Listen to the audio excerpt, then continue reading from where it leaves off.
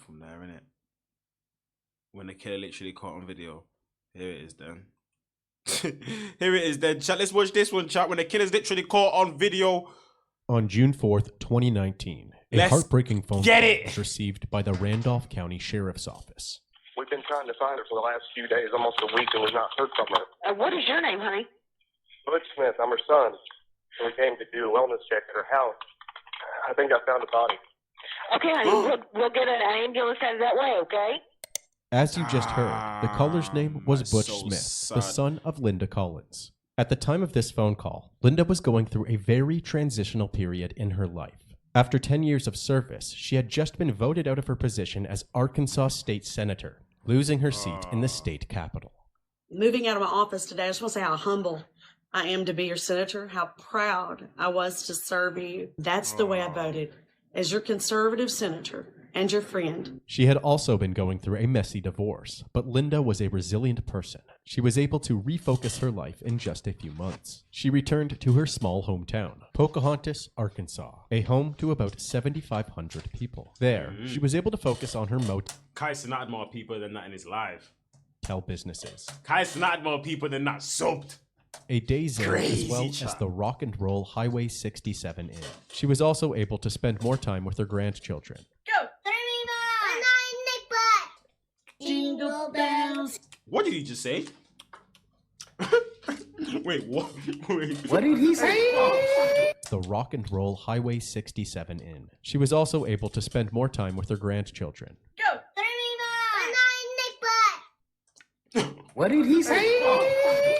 Jingle bells, jingle all the way. Say what you feel, Zip. Happy New Year! She was described as the fun grandparent. She began dating a new man and was looking into new prospects for lobbying jobs around the U.S. One of those prospects was in D.C., so Linda took a trip there on May 27th. After what seemed to be a successful interview, she talked about it with her daughter Tate through text. This was the final conversation had with Linda before her disappearance.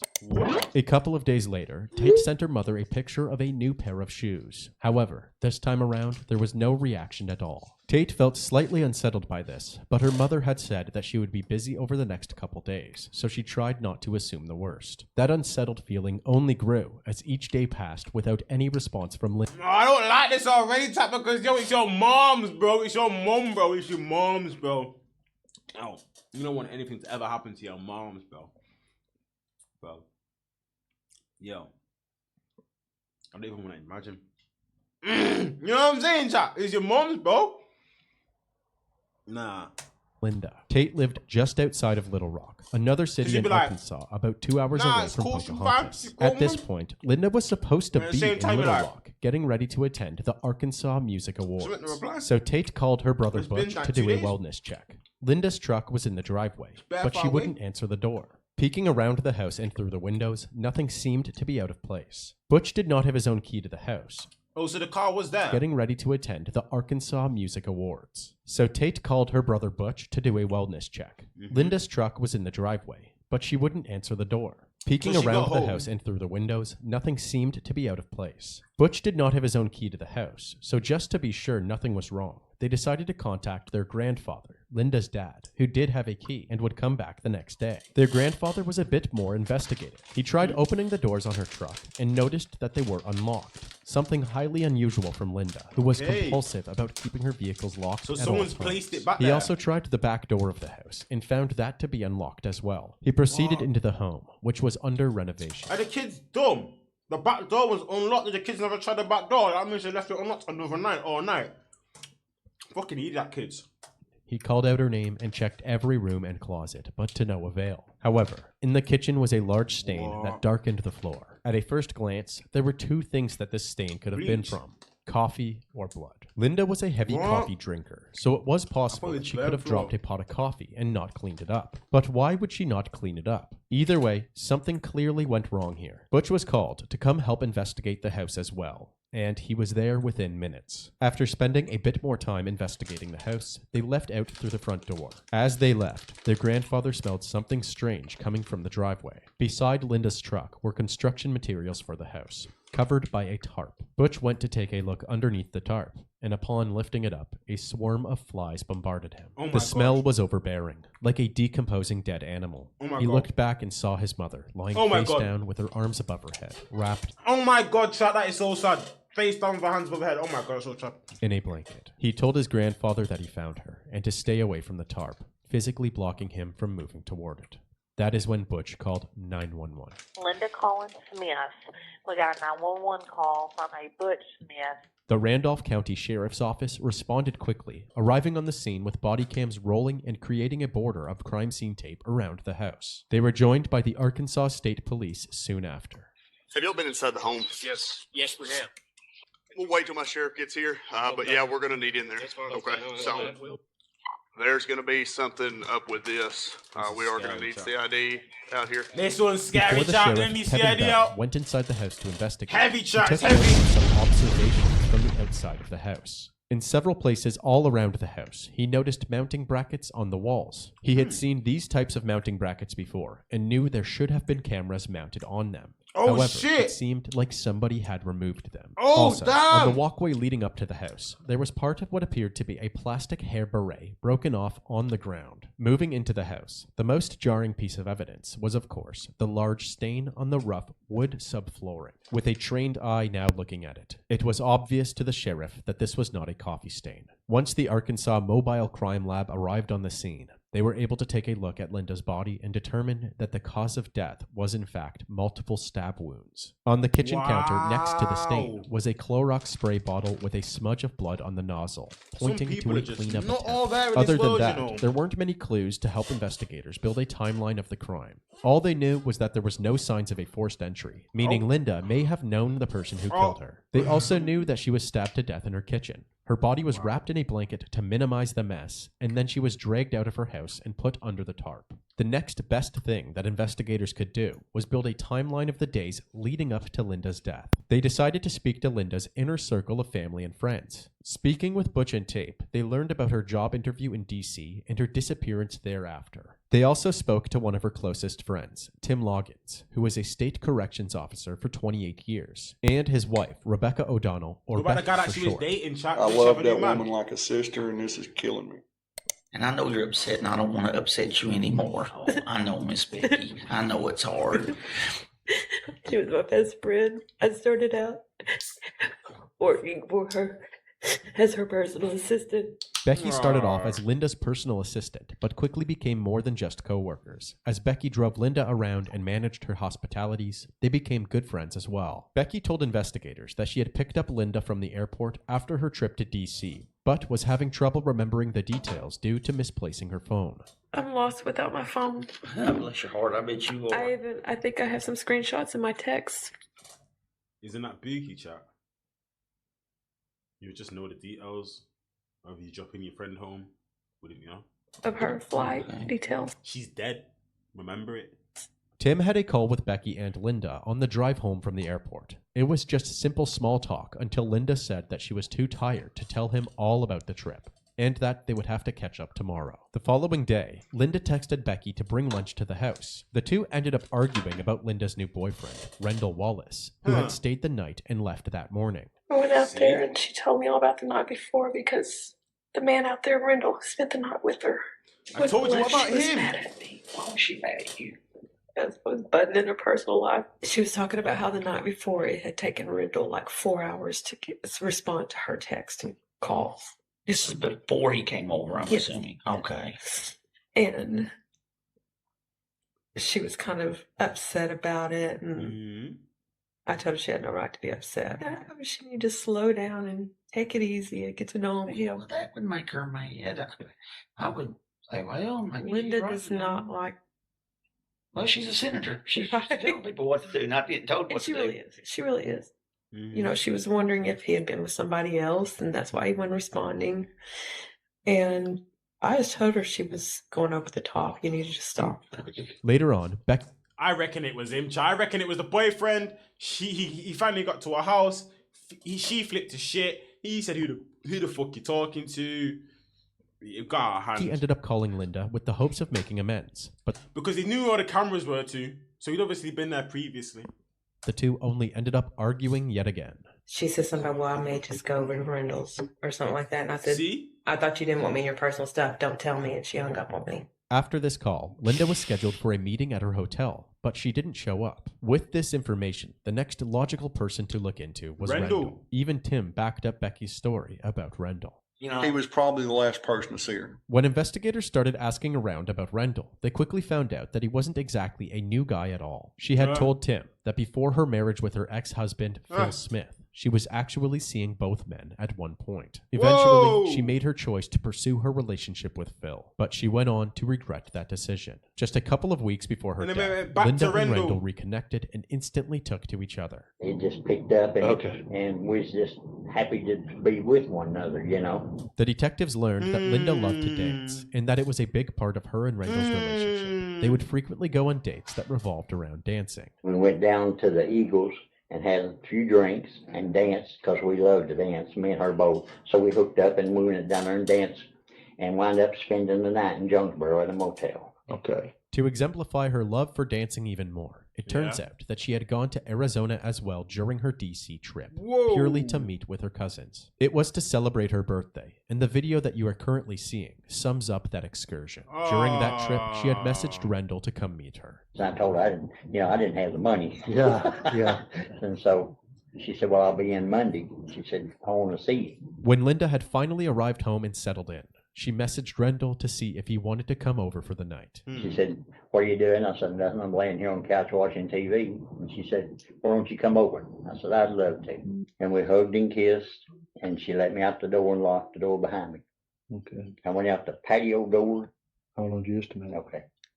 So she walked you out, walked me out, the patio door? Yeah. The couple said their farewells, and Rendell proceeded to text Linda several times throughout the week, but was met with no response. But I thought, well, she's just in meetings, you know, down in Little Rock, you know, she'll get back to me later on. And then I never heard anything from her. No. What did he say? He's trying to cover his Rasclat tracks. He's trying to cover his tracks, chat. I'm on to him, chat. He's trying to cover his tracks. Is he not trying to cover his tracks? Trying to carry on texting her throughout the week, trying to act as if he's the last one there at the crib. The CCTV's gone. He's not a new friend. He's an old friend, so he's been knowing her. So he's been knowing where she lives. He's been knowing where she stays. Yeah, he's been sleeping with her. He's been to the gaff plenty of times. So, in my opinion, personally, I think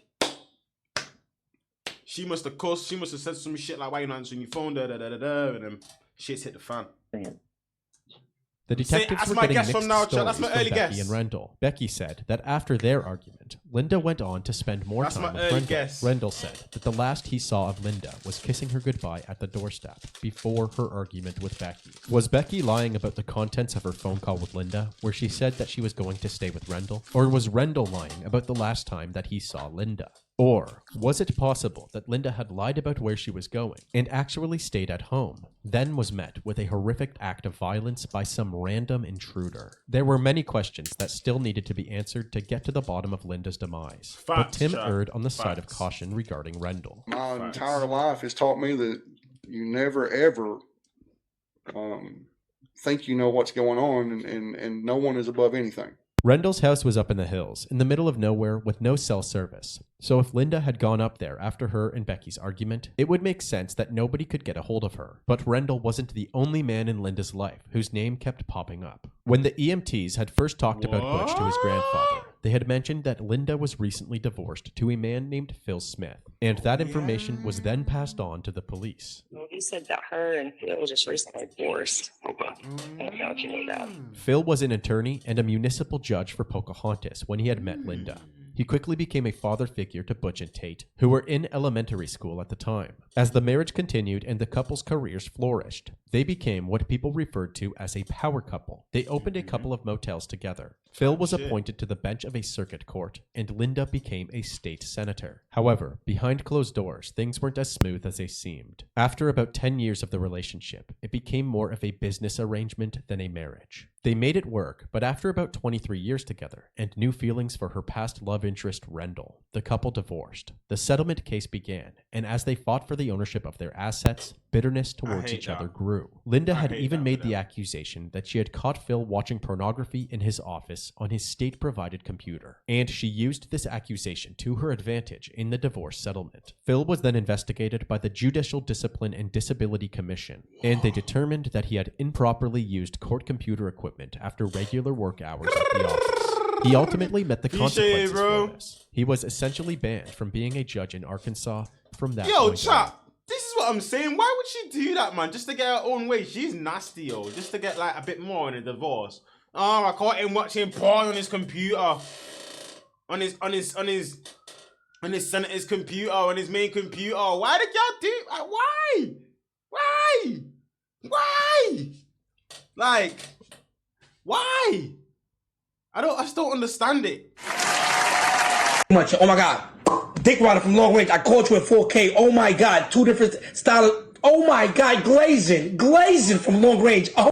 I just don't understand it, chat. Personally, anyway. I just don't understand it. But anyway, let's get back into it anyway. I don't know why she needs to snitch. Luckily for Phil, the divorce eventually concluded, and his payout was significantly more than Linda's. She got screwed. Phil got almost everything. Here's the kicker. Linda appealed it. And when the judge says that could be another 17 months, Phil just collapsed. What?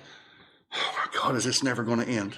It's reasonable to believe that this ongoing battle could be a motive to murder Linda. Phil's career in life that's not a was in motive. shambles, and another That's year not a and a motive, half chat. Let's of be real. divorce proceedings could have pushed him over the edge. That's not There a was motive. one more crucial piece of information that the investigators gathered from Linda's friends and family.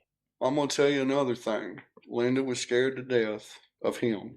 Scared of Phil. Of Phil. Linda was deathly afraid of Phil for whatever reason. Everybody I talked to says she's scared to death of Phil. Huh? She is. She felt scared that he was going to do something. Do you think your mom's scared of your dad? Was scared of your dad? Yes. You do? Yes. You really? This is heavy news, chat. This is heavy news. My man does not look like a killer at all. You're right. Chat, you don't look like a killer at all, does he, chat? You don't look like a killer there was at a all. fear there. It wasn't act. It was a fear there. I fully believe, firmly, with everything, believe that she was afraid of him. Let me tell you a story. Now, my mom was sick for several years, and it was kind of, everybody knew that she was sick, and then nobody could figure out what in the world was wrong with her. In the early 2000s, Linda had gone from her usual energetic, on top of the world self to lethargic and crazy. bedridden a majority of the time.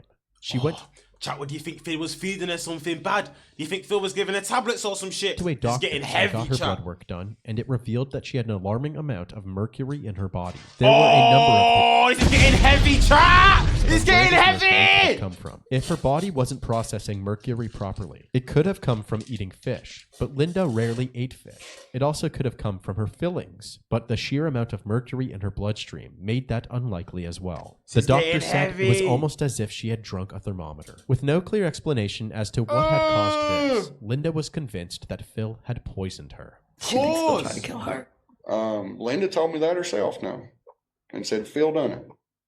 Almost killed her. I just These can't Americans, believe they man. let that go. You know? You lot are scary, man. She's judge.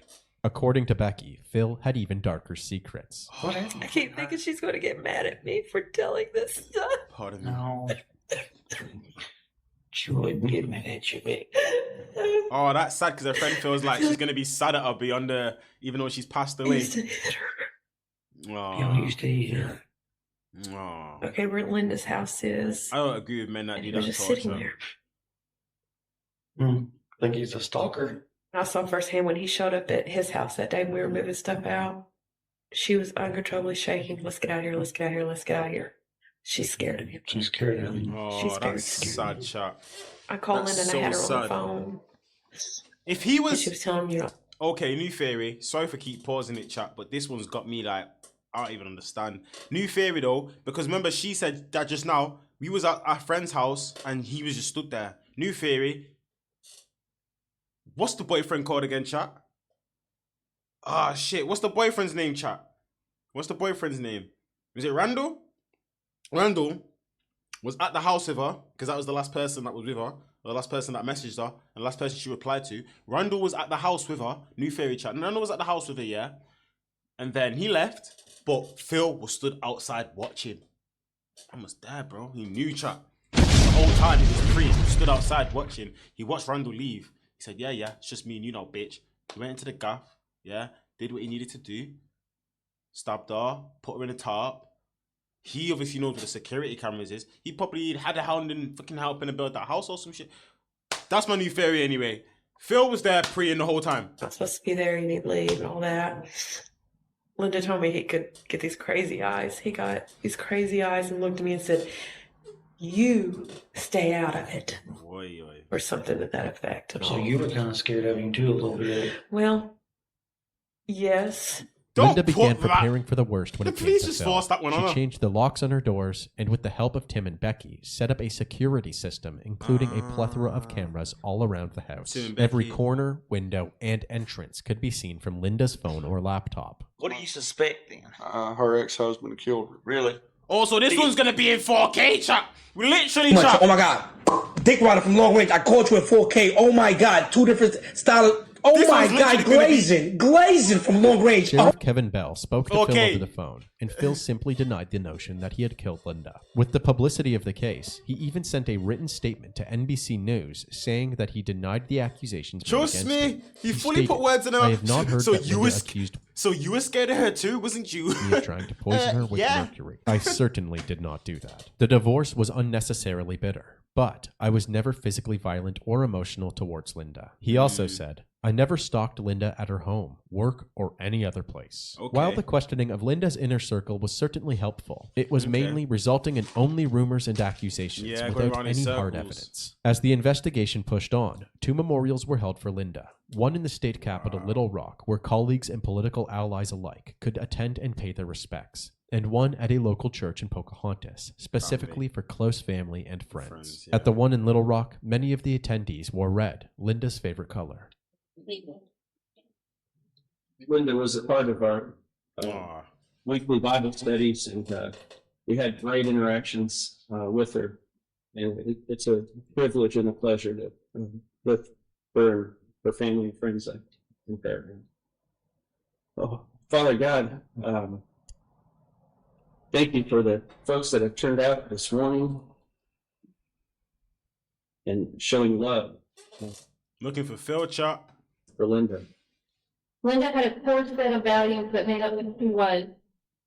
She lived them out and stood firm on them no matter the cost. She was the same person behind closed doors as she was outside. We were at a cocktail, and Linda was dressed in her red suit with her red lipstick on. She was animated. She was passionate. No. W friend, chat. W friend.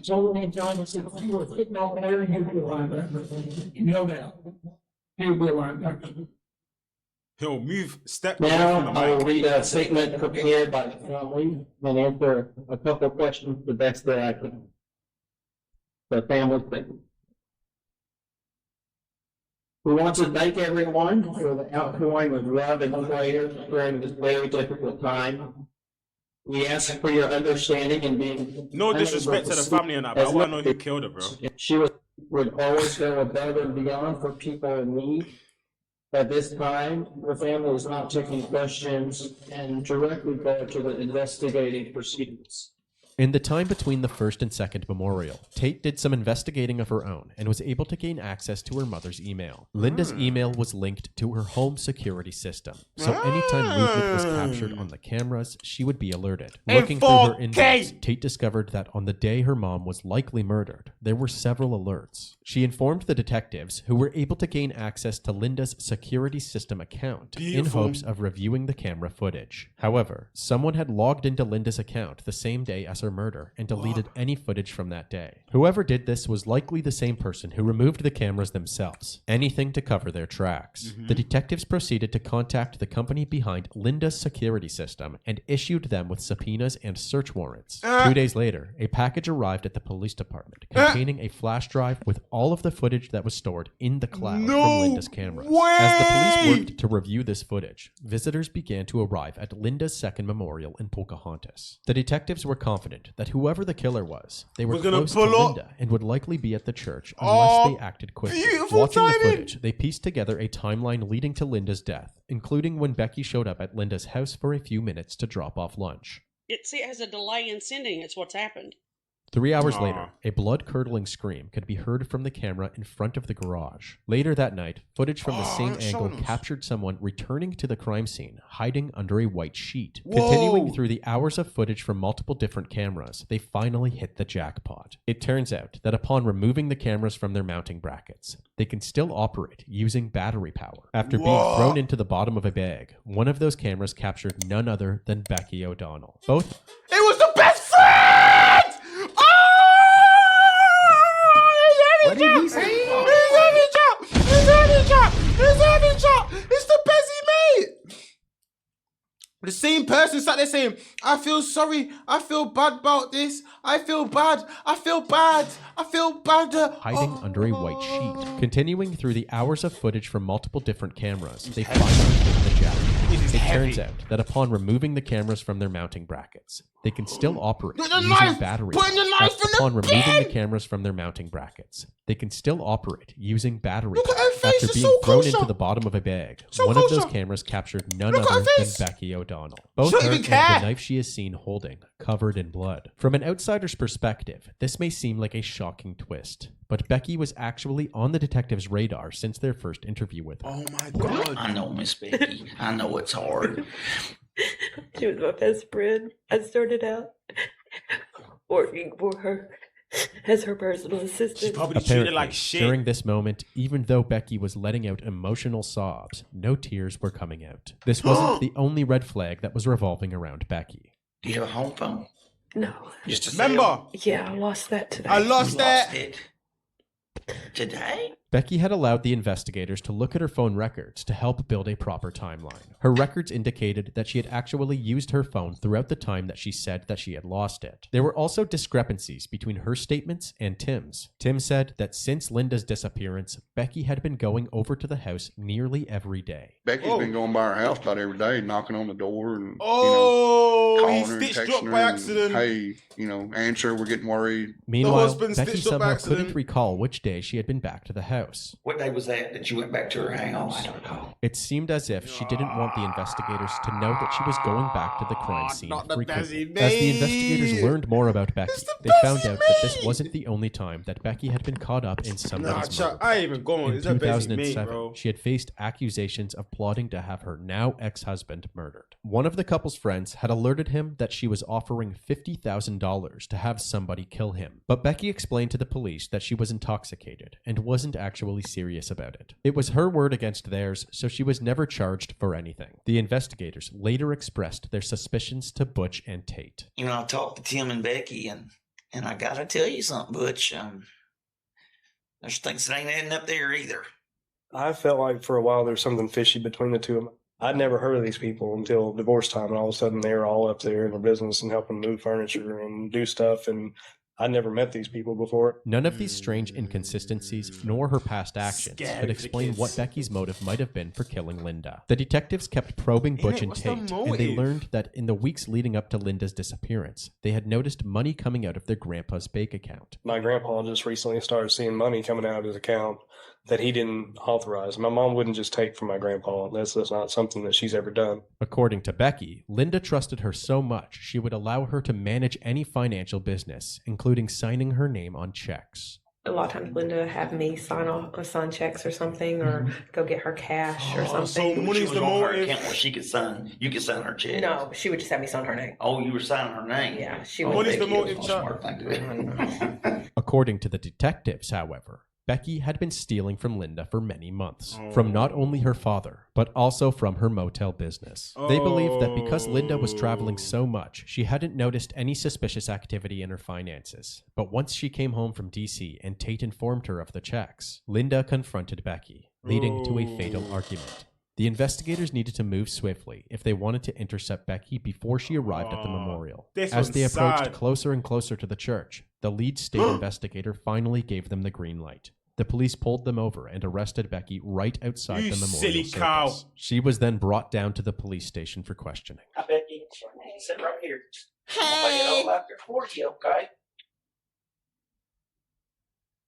You're under the risk for the murder, Linda. You understand that? We got you. We got you. We got you, fucking girl. She's like, oh my god, no, You're Chuck. the risk for the murder. That is the picture. I can see it through the picture. I can see it through it. That's the picture of her putting the knife in the bin. We got you, bitch.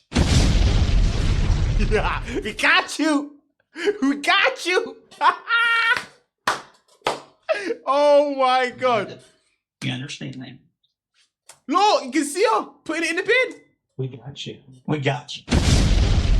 We got video of you. You didn't erase them all.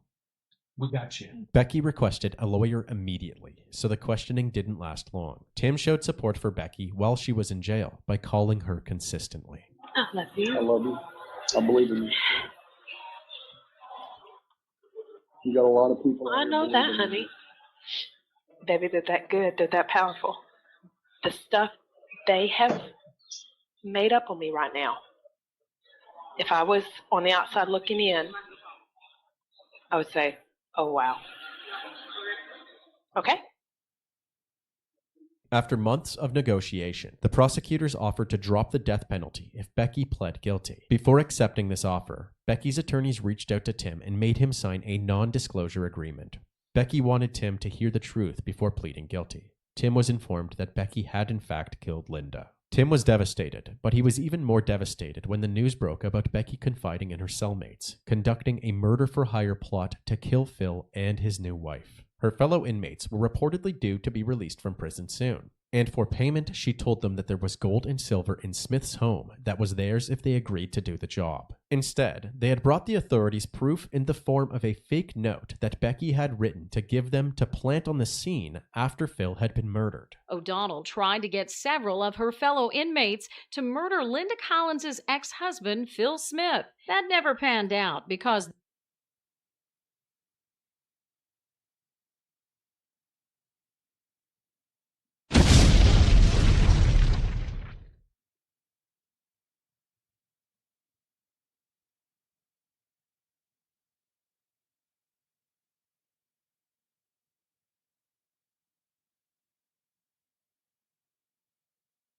those inmates went to investigators, and as they talked, investigators learned that O'Donnell admitted to appearing on camera, bloody knife in hand. But she claimed that knife was for a chicken, and that investigators doctored the video.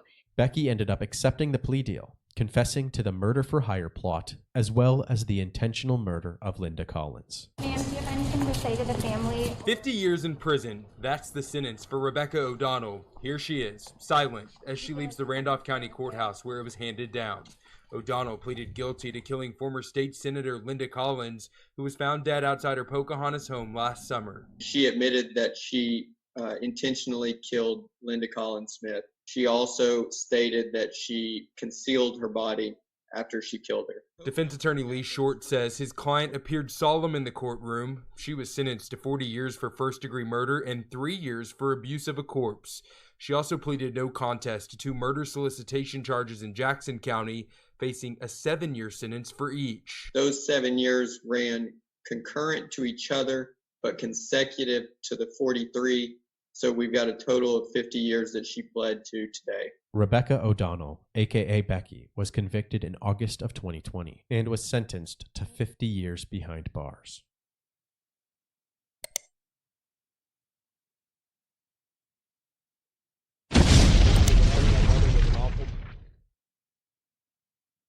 It was carried out of hate, jealousy, and greed. I believe that Rebecca O'Donnell was stealing money from my mother, and when my mother confronted her about it, she snapped and stabbed my mother to death in a fit of rage and perceived self-perseverance. Today, our family has found swift justice by way of a plea deal. No amount of punishment will ever fill that void that Rebecca O'Donnell made in our lives the day she killed our mother. Today, we find some shred of peace that Rebecca O'Donnell will be put away in prison for a very long time, unable to hurt anyone else.